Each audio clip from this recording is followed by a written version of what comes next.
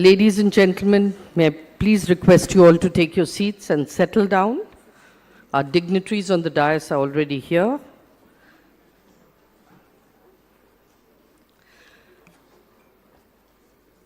Good evening, ladies and gentlemen, and a very, very warm welcome to each one of you to the inaugural session of the second CII-India Europe Business and Sustainability Conclave, organized by the Ministry of External Affairs, Government of India, and the Confederation of Indian Industry. To start with the inaugural session, I'd like to invite Mr. Chandrajit Banerjee, Director General, CII, to give his opening remarks.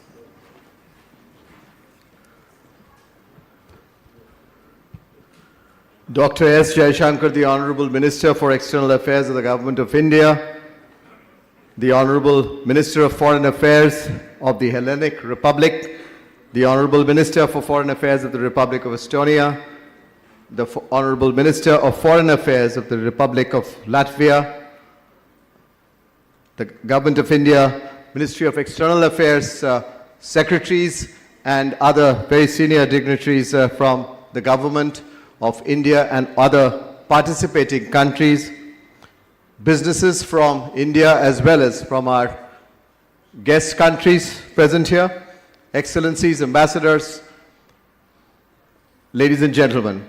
Indeed, a great privilege and honor to welcome each one of you to this important initiative and this important forum, the India-Europe Business and Sustainability Conclave.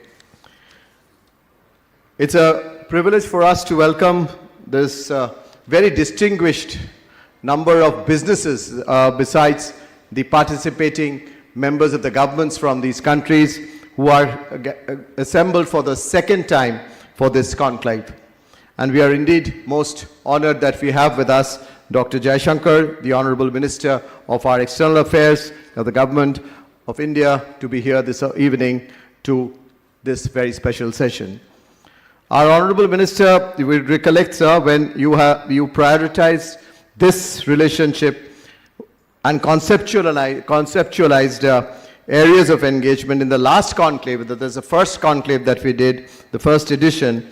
You had mentioned, and I was looking through your speech, and we picked up a line, and I quote, "India and the EU believe in a multipolar global order and share a commitment to promote effective multilateralism and are increasingly considerate to each other's geopolitical, economic, strategic, and security concerns," unquote.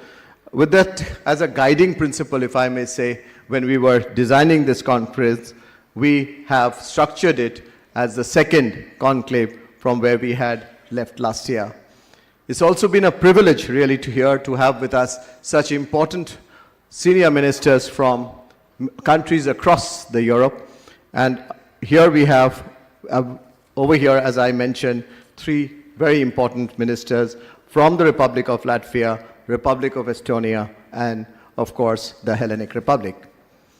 Honorable ministers, India and Europe contacts go back centuries. We have been talking about that since morning, and the two sides are working on many, many areas that we have been discussing bilaterally as well as in this forum on the business opportunities.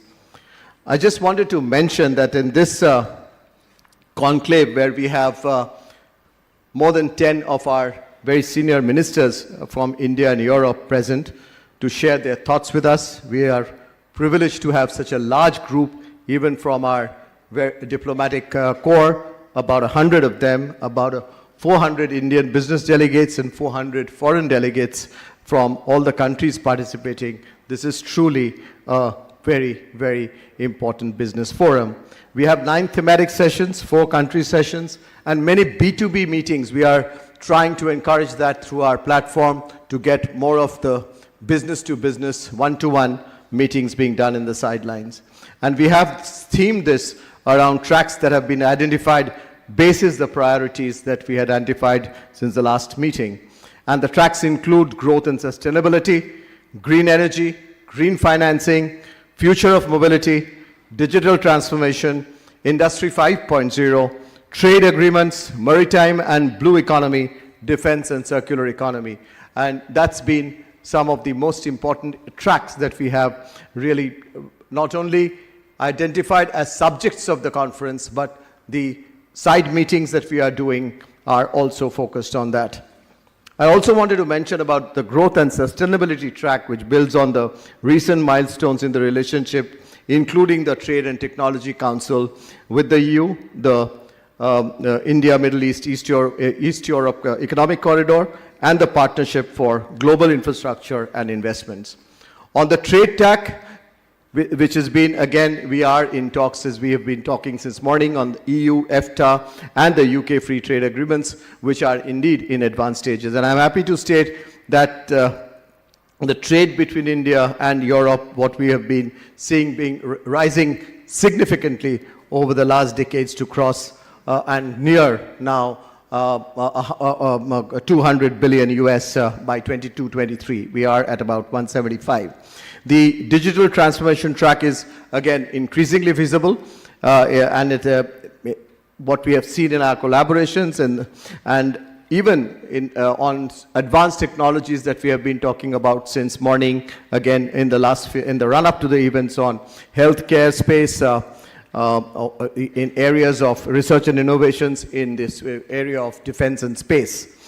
We have had a special focus on Europe, including from the Indian industry, from the CII in particular. We have opened a few offices in Europe. We are trying to see how we can get services enhanced for our businesses in these who are actively engaged across Europe in some of these locations. We would really like to see that being expanded in the areas of some of the which I just mentioned. Green business, climate action, e-mobility are some of the key areas. And we are really engaging through our centers of excellence, so to say, on water, agriculture, green, sustainable, and other areas.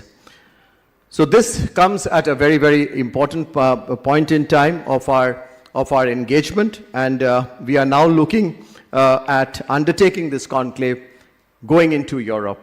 So I'd really like to take the advantage of the presence of our Honorable Minister of External Affairs, and we will seek his guidance on doing an edition of this conclave in Europe, maybe next time, that we have done with other countries, other regions, where we do once in India and once in that region. So we would be happy to do that once again.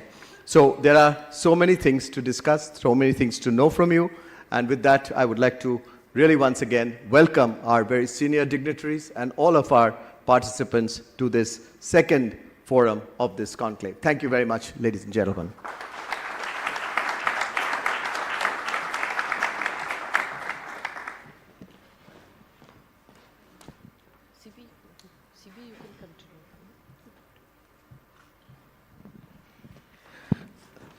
With that, may I now request Mr. R. Dinesh, the President of this Confederation of Indian Industry, and is also the Chairman of a very important company called the TVS Supply Chain Solutions, and logistics is indeed a very critical area of our collaboration. Dr. Jaishankar, Excellencies, ladies and gentlemen, good evening, and let me add my welcome and thanks for all of you to join us this evening. The collaboration between India and Europe holds tremendous potential to drive positive change, whether it be through technological innovation, responsible business practices, or the development of sustainable supply chains. This is a very important time when we are meeting. India is scaling newer heights. We are well aware that the economy has set to become the third largest economy by 27-28, which is fueled by strong economic reforms, a large consumer market, mission mode infrastructure, and an young workforce. Going forward, digital, critical, and emerging technologies, including responsible use of AI, will drive India's growth across various sectors, including agriculture, manufacturing, and service. As all of us know, India has taken a clear position in terms of its net zero target and is well on its way to achieve those targets through programs that promote renewable energy and the usage of the same. In fact, many of you may be happy to know that today, India is the second largest country in terms of its registered green buildings with a footprint of around 10.5 billion square feet of green building space. And we are very happy, which has been also facilitated by the efforts of the CII Green Business Center. Considering the sustainability track which is going to cover, or which is being covered in the conclave, obviously the focus is on green finance, the future of mobility, maritime and the blue economy. All of us know that on green energy, India has emerged as the fourth largest renewable energy user with about 180 gigawatts of renewables. To take India forward will require significant cooperation between India, and there's an opportunity for Europe to be part of this journey. Under the track of green finance, green bonds, the access to finance, making sure the sustainability transition is funded in the right manner through private financing is something which we have to all make sure happens. The B20 last year had recommended a global sustainable development fund to accelerate this transition to be made, and we also look forward to that being debated. The electric mobility track will cover not just the charging infrastructure, but also the transition for MSMEs and how do they be engaged in this process. Here, I believe Europe has a key role to play in supporting the transportation transformation, including in battery development. The maritime and blue economy is a common focus area for both Europe and India because we have large coastlines and a significantly large population dependent on the success of this economy. The circular economy is something which has to result in the recycling and reuse of plastics and electronics, which again we can learn from each other and supplement and make sure it happens together. Finally, we are very much looking forward to the FTA negotiations with both EU, EFTA, and we are looking forward that EU is already India's third largest trading partner, but we believe the bilateral flows can be even further increased and encouraged going forward, and that's something which we will cover.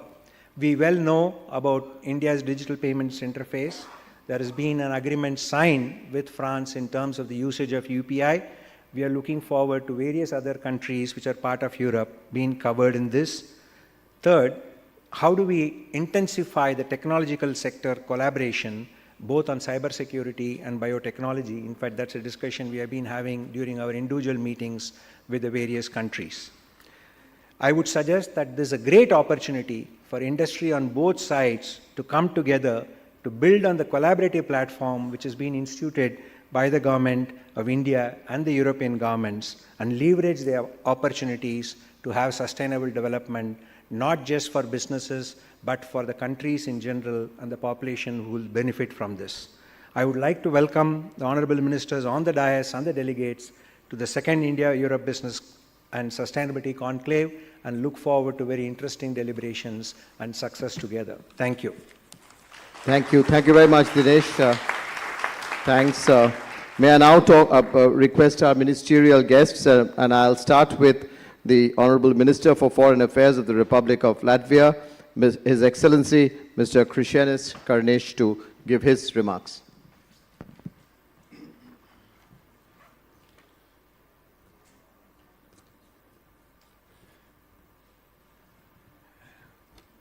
Thank you very much, Dr. Jaishankar, colleagues, Excellencies, ladies and gentlemen.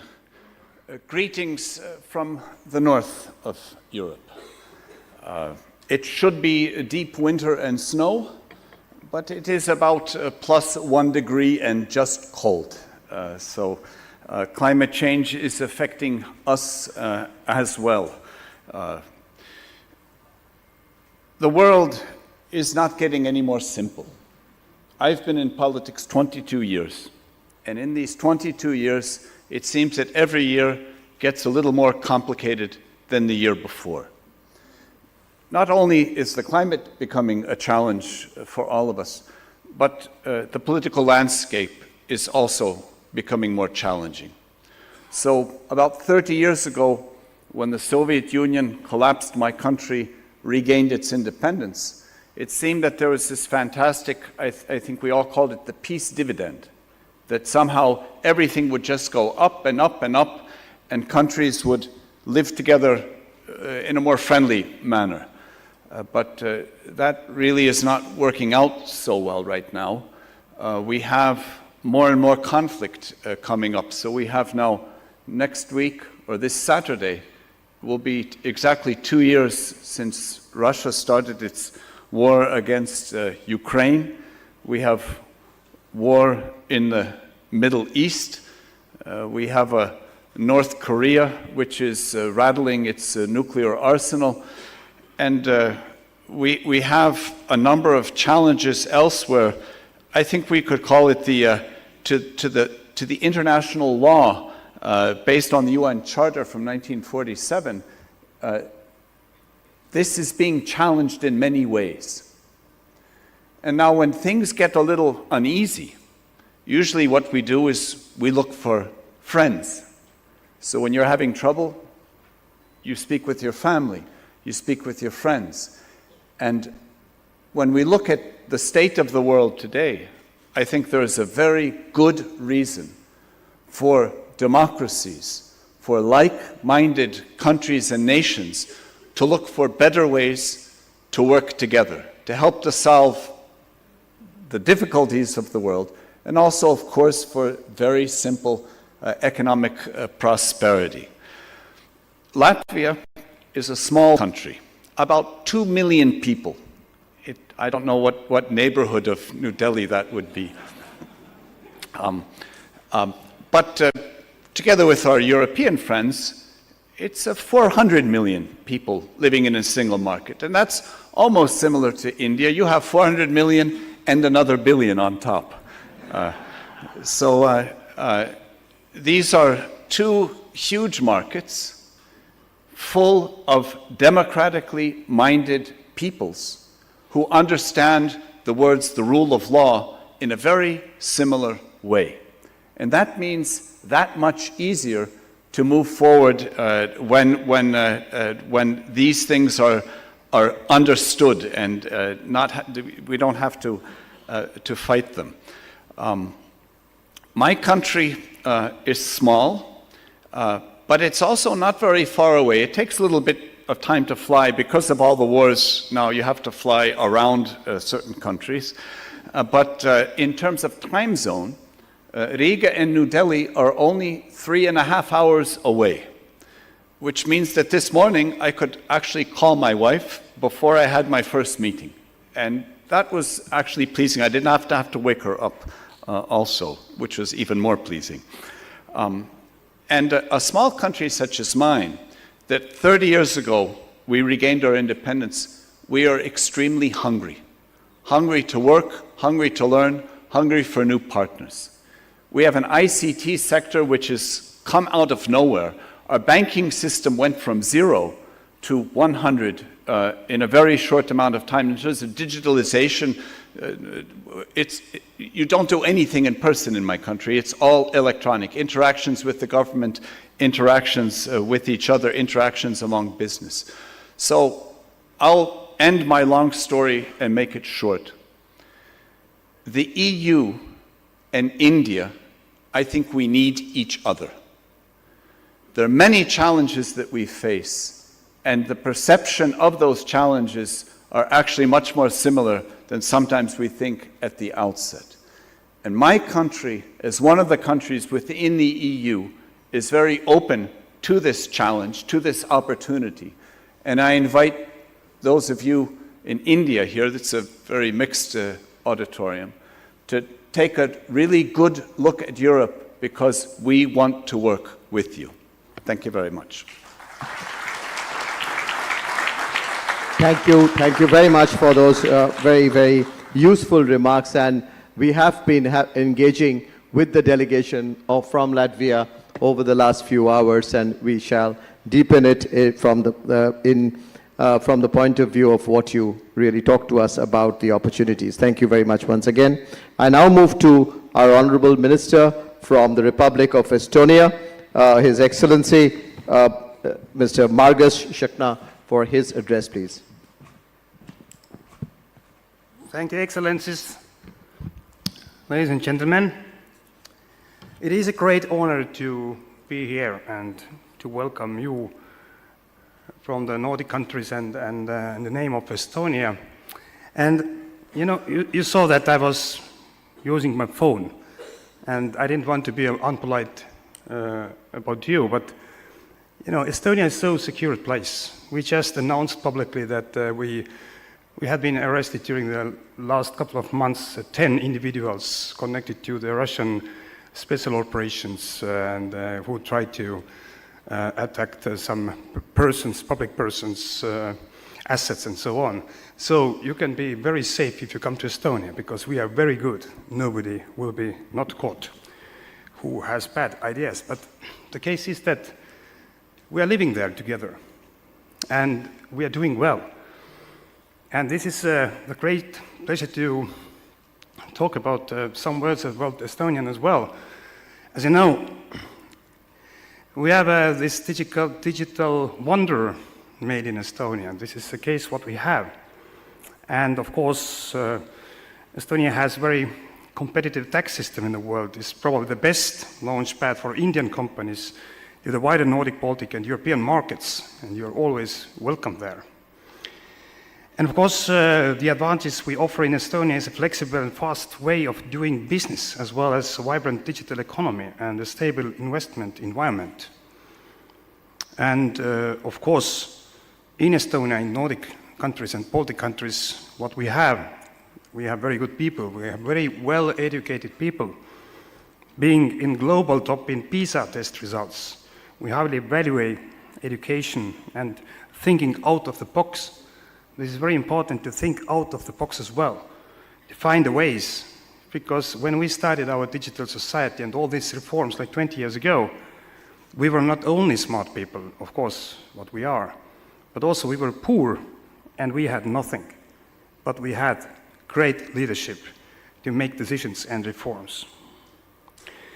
And as a result now today, Estonia is a country with the highest number of unicorns per capita in the world. So it shows that we have the good environment for the great minds. And unicorn, you know very well, is something which is changing some topics globally.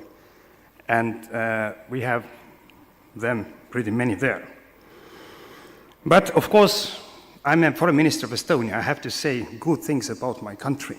So I am doing, but I'm not lying, because I'm very bad in diplomacy. I'm the politician, you know, I'm an honest person. But you can believe and you can check publicly that 99% of public services in Estonia are available online 24 hours a day. So it's a proof that I'm serious. So really e-services, 99% our services, public services, are also in e-services 24/7. And it means, as an example, that we can do things. And all these reforms, all these services, all these digitalization processes and change of governance, we are changing the governance. And if we're changing the governments, digitalize and going on over the e-services, the corruption level went so low after 20 years that we are at the same level with the Nordic countries already. So this is so important, that people know exactly where the money is going, how much taxes they're paying, and so on. And just a last example, what really happened, honestly, I did last week, with thousands and thousands of Estonian people, we're paying taxes once a year. And tax form we do within 2 minutes. 2 minutes. And I didn't spend, and nobody spent even a cent for lawyers. So we can do things like this. But I'm not saying and advertising Estonia, but why we are here is that I think and I see the power and the will and the same values what India has, a huge market, but also the leadership position on technology and innovation. And this is something what we can do together, the Nordic, Baltic countries and India, that we can change the world together. We can have a scale-ups, we can have a huge potential together, and we are more than ready to work together with you, because the next level of reforms are coming. AI and all the other topics are there, so we can do things together. And I would like to finalize as well, because I see many business people here, is that all these reforms, all these developments, what we have done in Estonia, we have done together with the private sector companies. No public sector developments, because we believe that the private sector knows better how to do things, how to change, how to put great ideas on the table. And we have done all the mistakes you don't have to do again. So this is our guarantee, what we can give you as well. So, welcome to Estonia. We have a groundbreaking e-residency program who enables already more than 80,000 people. If you join this e-residency, you are mainly becoming the resident of Estonia, but all the environment of the business is opening for you as well. And through that, it's like a gateway to European market. So welcome to Estonia, welcome to Europe. Baltics, Nordic countries are very safe. And I would like to say once more that let's collaborate, let's put our minds and people together. We can change the world. Thank you. Thank you, sir. Thank you for those remarks and those inputs. And I'll now move to our third guest, the Honorable Minister of Foreign Affairs of the Republic of the Hellenic Republic, His Excellency Georgios Gerapetritis.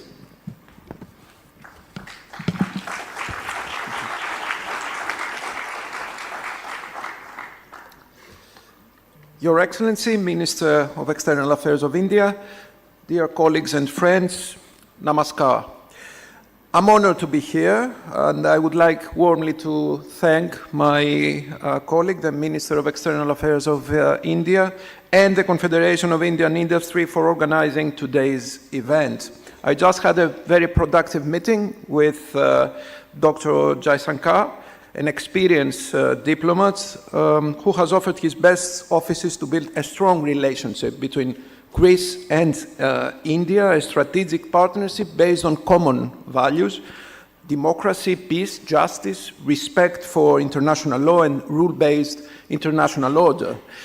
Dear friends, we're living in a unique moment, I think, of transition. India, as a member of BRICS and during G20 presidency, has emerged as the voice of Global South. We need this loud voice in maintaining multilateral diplomacy to offer goods or services to raise legitimate concerns, to promote understanding between North and South, and to provide a sober view between East and West. I often say that we do have some challenging times ahead. Thus, in these challenging times, we need flexible, resourceful, and multifaceted diplomacy. India is among the world's fastest growing large economies and is undoubtedly a significant trade and investment partner of the European Union, to which Greece is one of the oldest members. In a constantly changing geopolitical era, the role of India-EU partnership is pivotal in fostering stability and prosperity. The India-Europe partnership offers unique opportunities and perspective for business. Not only does it fortify economic ties, but it also sets a positive example for global cooperation. Opportunities for Indian business in Europe include access to 500 million consumers, well-established infrastructures, a stable and mature business environment, and a highly skilled and educated workforce. Moreover, the fact that the European Union is a single market without trade barriers between its member states allows the unhindered access of Indian businesses to a large customer base. There is a popular saying, wherever Indians go, there is prosperity. And I'm convinced that the India-Middle East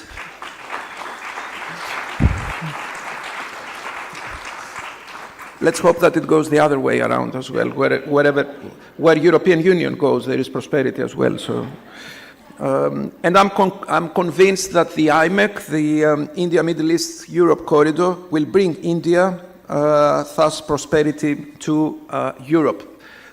Greece, my country, aspires to be an integral part of this visionary project of IMEC, being the gateway of India to the European Union. This very ambitious connectivity project will enhance the strategic importance of the regions involved, both economically and geopolitically, and promote, hopefully, peace and stability. To this effect, yesterday I traveled alongside with my Deputy Minister, Mr. Frankoyannis, and more than 100 Greek business people, some of them are present here, who will have the opportunity to investigate possibilities and partnerships with their Indian colleagues. Distinguished friends, interregional cooperation, interconnectivity, synergies, and interaction make our world more secure, more resilient, and therefore more peaceful. Please allow me to conclude with a quotation from Dr. Jaishankar's latest book, reflecting the aspirations of contemporary India, but also the perception of the world vis-à-vis India, to which I fully concede. India matters through the power of its ideas and actions as an engine of global economy, a hub of innovation, or a democracy that delivers. India's economic progress contributes to a rebalancing and multipolarity that is still unfolding. Thank you so much.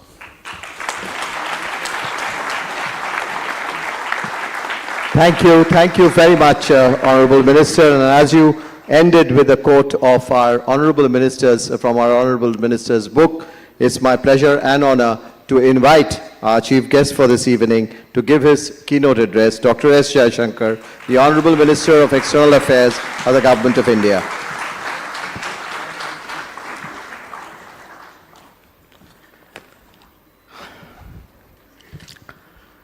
My colleagues from the Hellenic Republic, Estonia and Latvia, Excellencies, ladies and gentlemen, let me say what a great pleasure it is today to join you at this conference.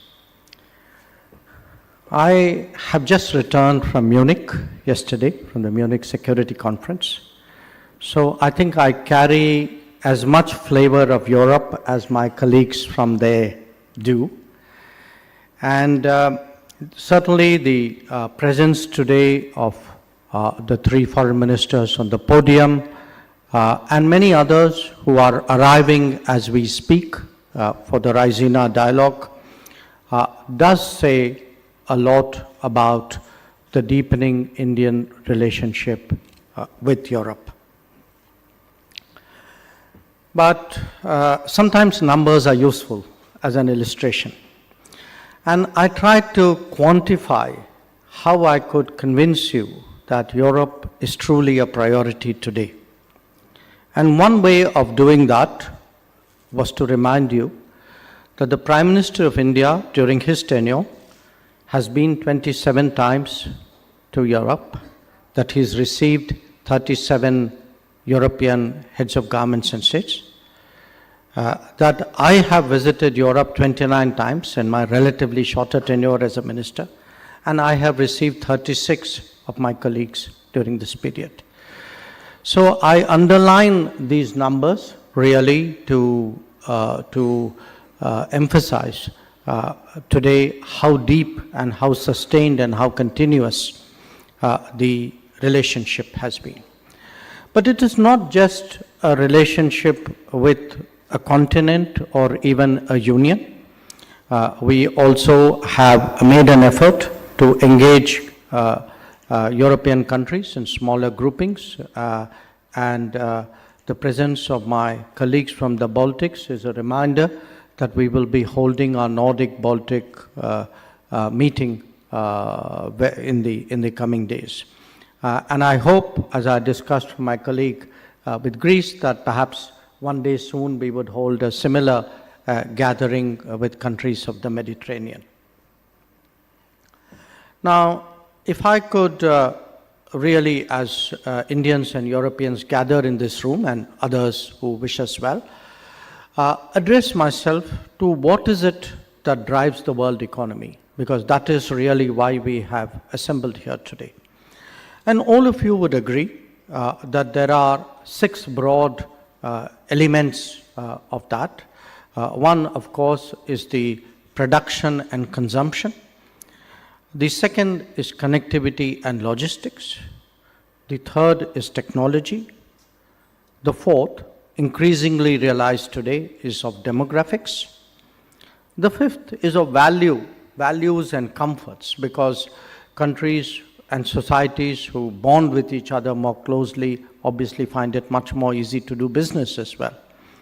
And finally, to the extent we create an architecture, a framework, it is much easier for us to do business and promote economic partnerships. So today, some of the thoughts I present before you are from those perspectives of business, of sustainability, of creating partnerships. And let me start with production and consumption. I think we were reminded by the earlier speakers about the importance of concluding a free trade agreement with the European Union, as also with EFTA.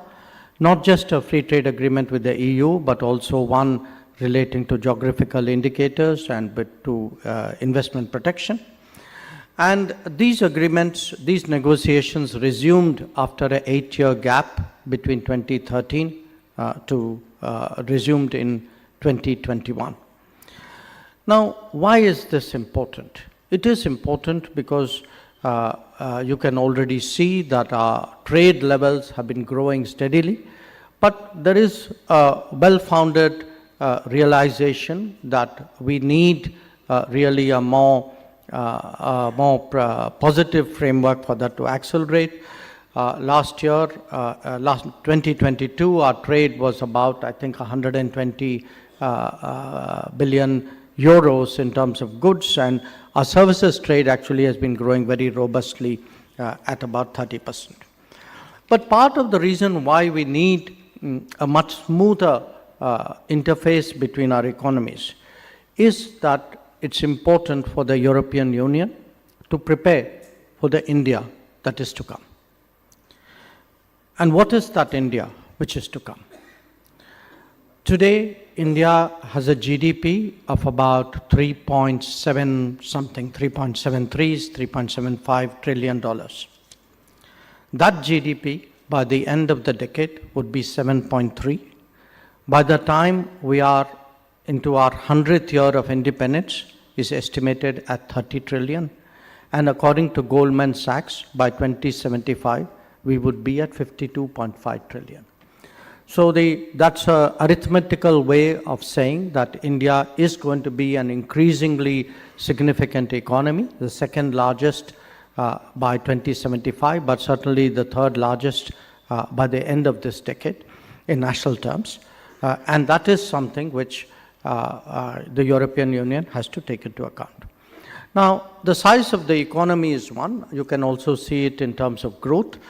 If one looks at India's trade in the last decade, from below about $570 billion, it has grown to almost double that amount to $1.18 trillion in 2022.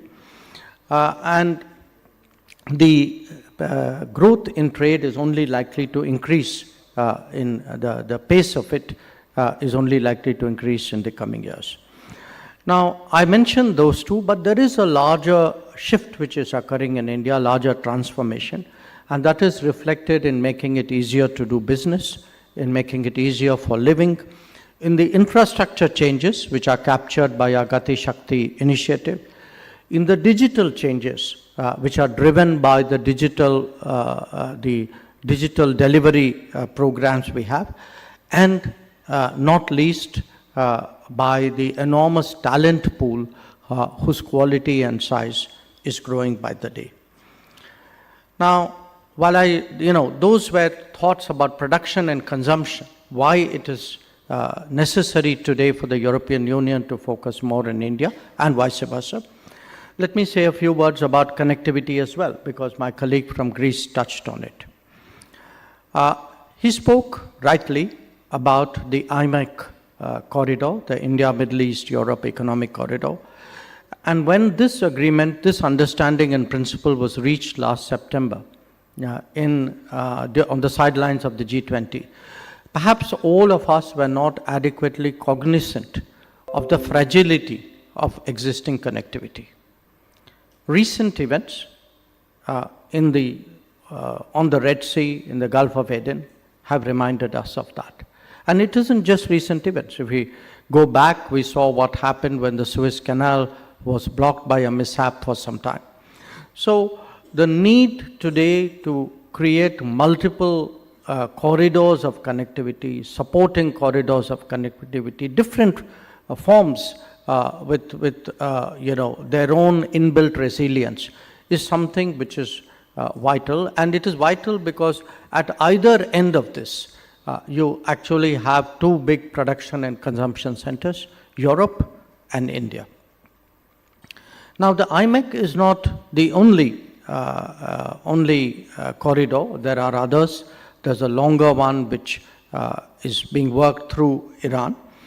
But I also want to mention some other potential connectivity channels which would be of long-term interest to India and Europe. One of them is actually the polar route. So climate change, I should remind our Latvian colleagues, sometimes can have some inadvertent benefits as well. So there is today a serious assumption that the polar route could actually open up a different logistical pathway between India and Europe, which will go through the Indo-Pacific. I must also share with our European friends that within South Asia, in this region, South Asia and beyond, there are again very big connectivity projects already under execution, and still bolder thoughts in the making. Between India and its immediate neighbors, Bangladesh, Nepal, Bhutan, we have seen actually in terms of roads, grid connections, waterways, a very big change which has come about. There is a much more arduous project, the trilateral highway.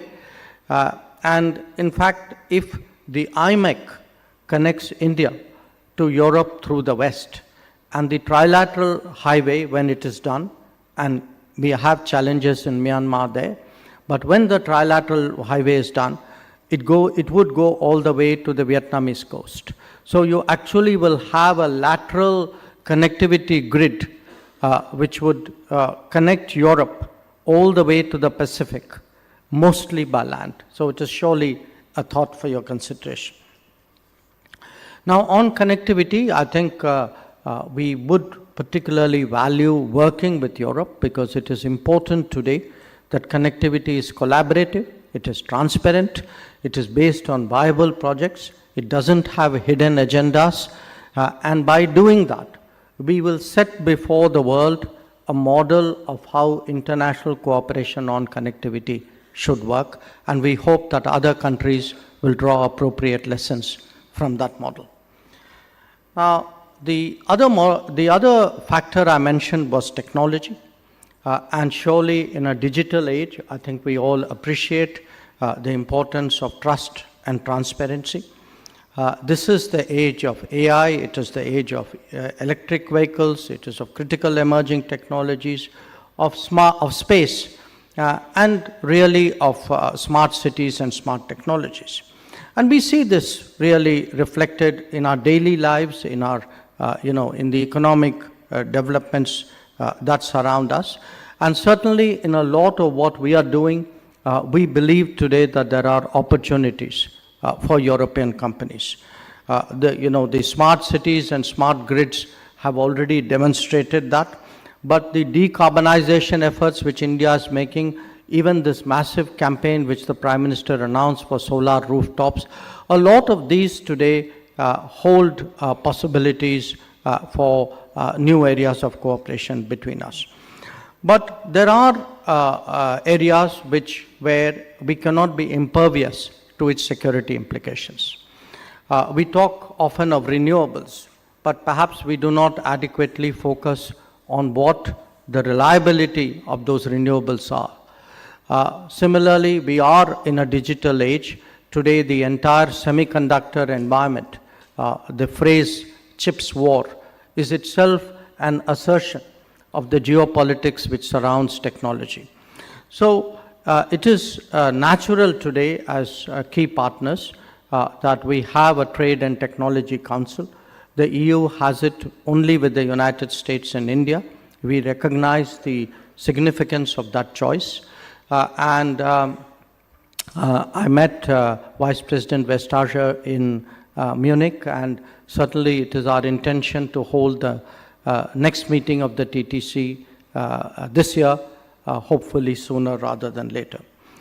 A few words about demographics. I think today the skills and talent issue is something which is faced by businesses across the world. And a lot of what businesses try to do is to plug those gaps and ensure that they have the access which is necessary for their continued growth. Now, we have in the last few years concluded a number of agreements on mobility with our European partners. And the plus point of these agreements are that, one, they promote legal movement, and two, they promote movement of certain skill sets. So it is something which fits in very neatly with the consumer requirement at the other end as well. And here I just want to share with people in business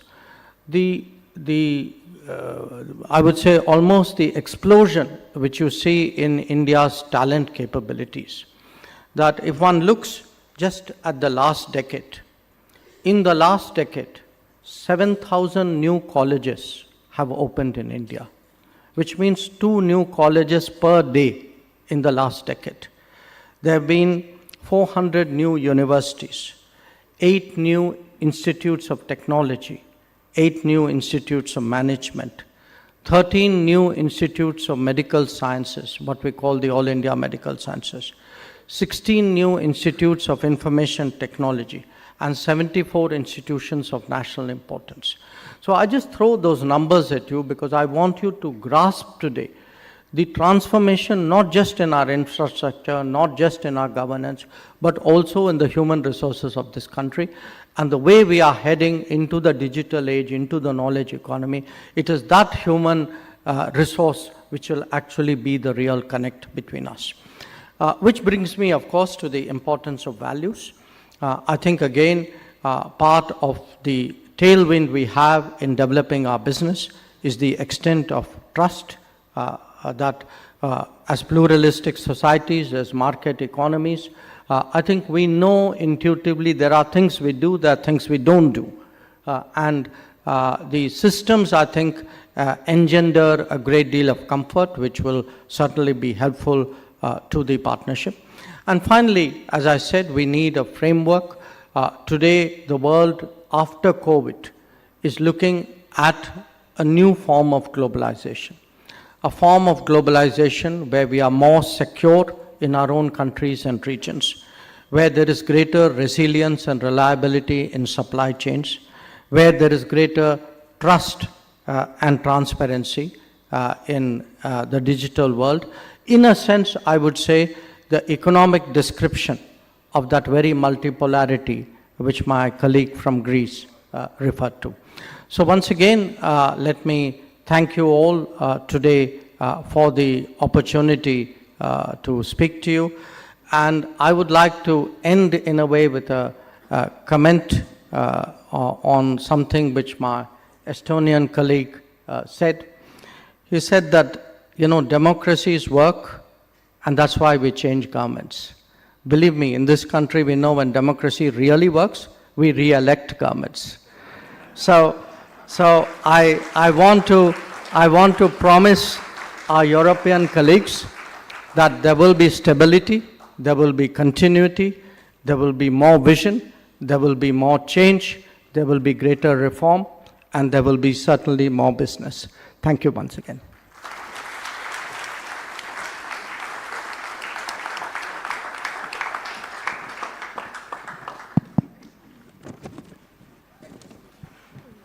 Thank you very much, Honorable Minister, for so eloquently as usual, talking about the entire possibilities and the opportunities of the possible collaborations, the great story of New India, covering so many aspects as you did, with lots of data that you have thrown at us and lots of ideas that you have given to us in terms of how do we take the business to business links forward. Indeed, grateful for always encouraging our forums where we really focus on business to business collaboration, but the blessings of the governments are so very critical as we do our commercial transactions.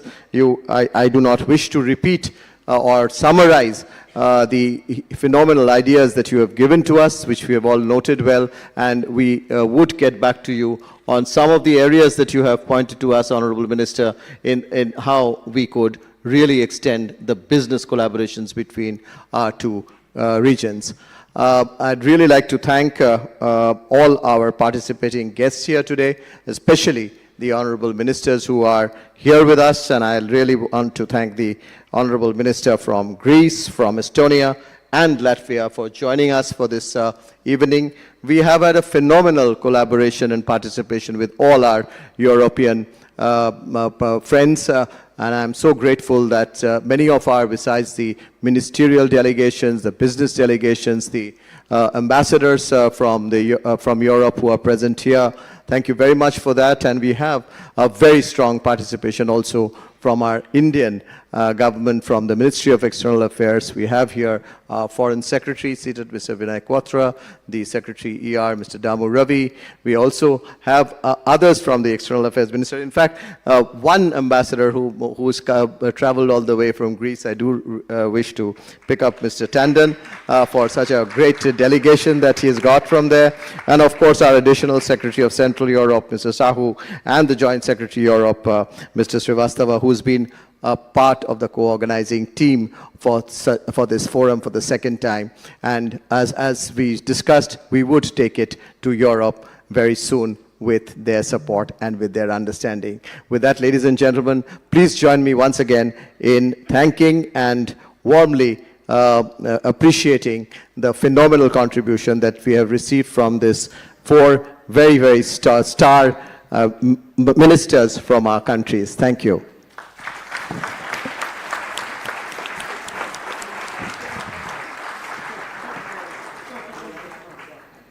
Mr. Banerjee, may I request you to please give a